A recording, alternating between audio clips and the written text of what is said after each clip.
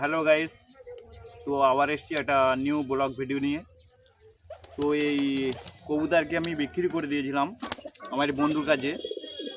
তো 3000 টাকা দিয়ে বিক্রি করেছি। বন্ধুরা বারবার বলছিল তাই দিয়েছি, না তো দিতাম না, দেওয়ারও ইচ্ছে ছিল না, যেহেতু পায়রাটা আমার কাছে আছে 1 বছর। তো বন্ধু বাধ্য করলো তাই দিয়েছি। তো নিয়ে গেছে গত 2 দিন আগে, আজকে সকালে আমার কাছে ফিরে এলো আবার। তা কালকের কি হয়েছিল?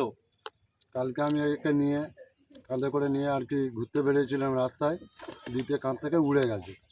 তো মানে উপরে উঠে গেছে, ও খালি ঘুরছে, মানে লোকেশন খুব মানে বুঝতে পারছে না। বাট আমি তো নতুন, মানে আমি ওকে সবে নিয়ে গেছি 2 দিন, আমাকে ও মালিক হিসাবে অতটা চেনেও না। তো ওকে আমি মানে প্রচুর ধরার চেষ্টা করেছি, বাট ধরতে পারিনি। ও রাতের মধ্যে কলেজে ছিল, অন্য পায়রার সঙ্গে মিস হয়ে গেছিলো, ওর মালিকের খুঁজছিল। আমি তো 2 দিন নিয়ে গেছিলাম, কিন্তু আমাকে কোন কলেজে? দক্ষিণ বারাসাত যুবতার হালদার কলেজের ছাদে ছিল। তো আজকে সকালে যখন ওকে আমি দেখি, ওকে আমি ডাকছি তাও আসছে না। তো তারপরে কিছুক্ষণ পরে দেখলাম যে ওখান থেকেও আর দেখতে পাচ্ছি না টোটালি। তারপরে দেখলাম যে পায়রা যেখান থেকে আমি নিয়ে গেছি টাকা দিয়ে, তাদের বাড়িতে চলে এসছে, বা তারা আমাকে ভিডিও কল করলো যে তোমার পায়রা চলে এসছে, তুমি ভিডিও কল করো, তোমার পায়রা আমি দেখাচ্ছি। যে বারাসাতে কলেজের ছাদে ছিল? হ্যাঁ, কলেজের ছাদে ছিল, সারা রাতই ছিল। সকালবেলা আমি যখন 5টার সময় যখন আমি ঘুম থেকে উঠেছি, রাতে আমি ওর জন্য ঘুমাইও নি, কেননা একটা পায়রা নিয়ে গেছি, যদিও একটা শখের জিনিস। টাকাটা তো বড় কথা না, মানুষের একটা পশু পাখির মধ্যে একটা শখের একটা ব্যাপার আছে, সেই হিসেবে আমি নিয়ে গেছিলাম। তো সকাল 5টায় যখন দেখি ও কারেন্টের তারে বসে আছে, কলেজের কাছে একটা তার ছিল, গেটের সামনে তারে বসে আছে। তো তারপরে ওকে শেষ দেখা। তারপরে আমাকে ফোন করলো যে তোমার পায়রা এখানে চলে এসছে, তুমি ভিডিও কল করে দেখো পায়রাটা এখানে চলে এসছে। তো তাই আমি বন্ধুরা ফের এদের বাড়িতে এসছি, ঠিক আছে।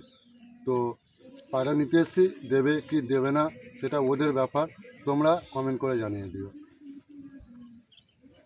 তো যার পায়রা সে আসছে, তো সেই এসে বলবে যে পায়রাটা দেবো কি দেবো না। পায়রা যদি না দেয় তার টাকা ফেরত দেবে। কিন্তু কথা হচ্ছে এই, যে 1 বছর পায়রাটা আমার কাছে আছে, তো 1 বছর পরে যখন আমার বন্ধু যখন এসে নিয়ে গেল, আমার ভাইয়ের পায়রা যদিও, ফিরে যখন এসছে, তো আশা করি পায়রাটা দেবে না, টাকাটা ফেরত দেবে। কারণ ও বারাসাত থেকে পায়রা ফিরে এসে চলে যখন বাড়িতে এসে ডাইরেক্ট বাসার ভিতর গিয়ে বসে আছে, তো আমাদের খুব কষ্ট হলো যে ও থাকলে কত না কষ্ট পেত। আজকের সে রাস্তা ঠিক করে চলে এসছে।